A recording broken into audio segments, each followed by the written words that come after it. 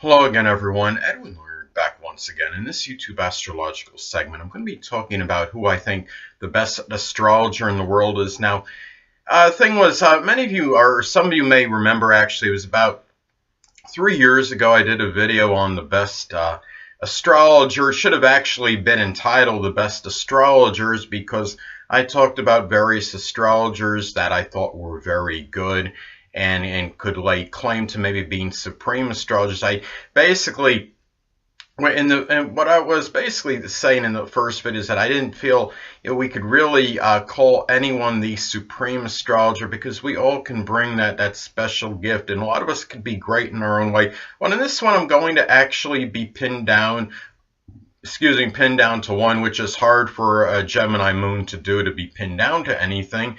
But I will do it, and of course there's no disrespect to any of the other astrologers out there because of course this is very subjective, and there's so many arguments could be made for a multitude of other astrologers, obviously, because there's so many great astrologers out there.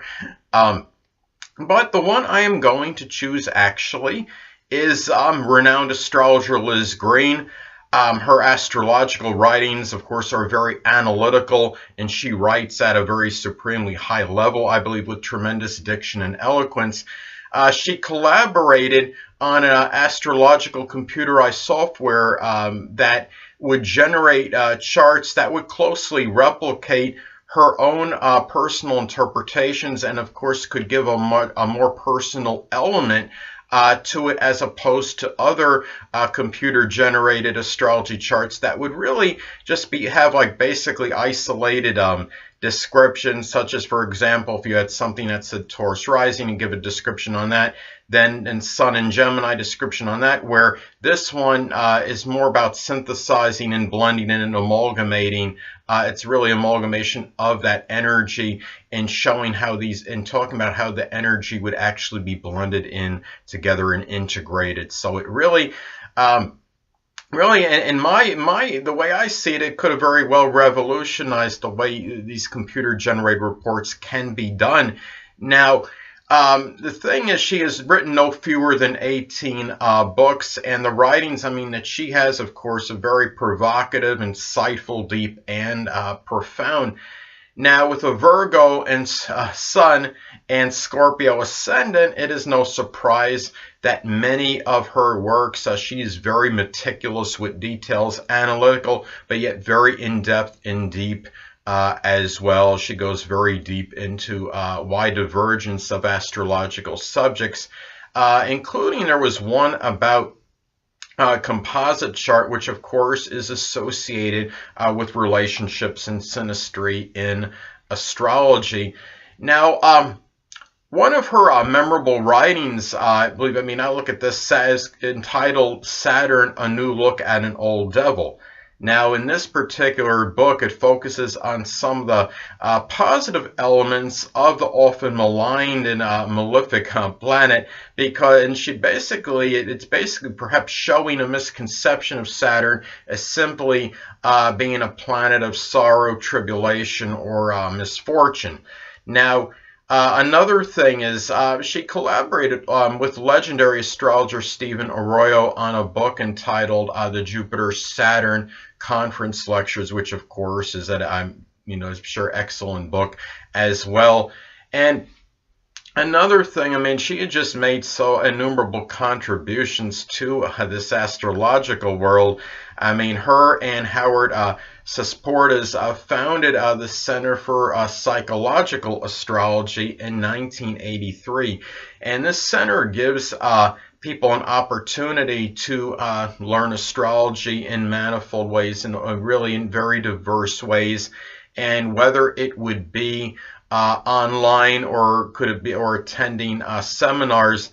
Now, also, and of course, has helped many people assimilate much information on the subject of astrology and how one can become learned in psychological astrology. Now, there's also, looking at this as well, now, I consider her really the best astrologer around in the world, period, not just because she is so exceptionally proficient in astrology. She has just made the numerous literary contributions to Astrodenus, the books that she has written, and also, though, as I stated before, the fact that she had collaborated with another person on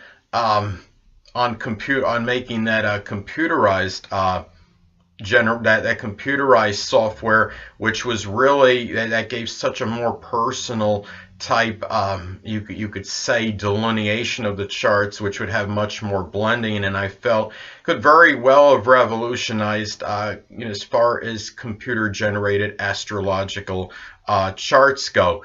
Now, the thing about this, as far as again, I mean, talking about another reason that which helps in making, in my mind, the determination that she's the best around. I think, I mean, too, and she also brings, of course, a lot of experience. I mean, according to Wikipedia, she has been active in astrology since 1976, which, of course, would be over 40 years experience with tremendous credentials, and really, and also, too, I look at this as well. I mean, other astrologers I would like to give honorable mention to, of course, are Stephen Forrest, Alan Oken, and Robert Hand, and these people obviously are, exceptional at what they do. And you look at this as well, and also A.T. Mann. I mean, he wrote that book, The Round Art, The Astrology of Time and Space, which I do believe transcends time. And I mean, in that book, there is a specific appearance described for every 5 degrees of the zodiac. And if I remember correctly, he had a number of potential health afflictions that would be connected with various zodiac sign placements, for example, such as Sun or Moon in Gemini. So, I mean, he is obviously somebody that is right up there as well. And also, and really in summation, as far as Liz Green goes, I do see her as the best astrologer in the world. I mean, it's also, I mean, given her experience, her credentials, her overall contribution to astrology, being one of those one of those founders of the Center for Psychological Astrology in 1983, and also the thing about it. And just her I think she's really just had an inordinate impact on the astrological world, and also, I mean, and also given, it's not just about her being proficient in the subject. It's also, too, as I talked about, the doing that computerized software, astrological software that would really, which would generate charts in a much different way and give a more personal type of delineation. And all these things, and I think as well, when I look at Liz Green, I think a lot of the fact that astrology has given, there's been a lot more credibility and credence given to astrology in recent time. I think she has definitely, I mean, at least in my opinion, played an integral role in doing so. And again, I mean, the thing about it is, I mean, there's a lot of people out there that I'm sure will disagree with this. You might get a few here and there that might agree with me, but I think really the thing about this is that also I want to talk about as far as YouTube astrologers go, and I've talked about this previously, of course, the best YouTube astrologer, I believe, is Alyssa Sharp. I don't know if she's currently doing any more astrology YouTube videos, but I mean, I still see her as the best that I've ever seen, not just because she's proficient in what she does in her quality, but because she brings a whimsical style. She has really, as far as the personality and really her ability, that overall package, I do see her as the best. And of course, the Leo King, aka David Lawrence Palmer, is one of the better ones out there as well.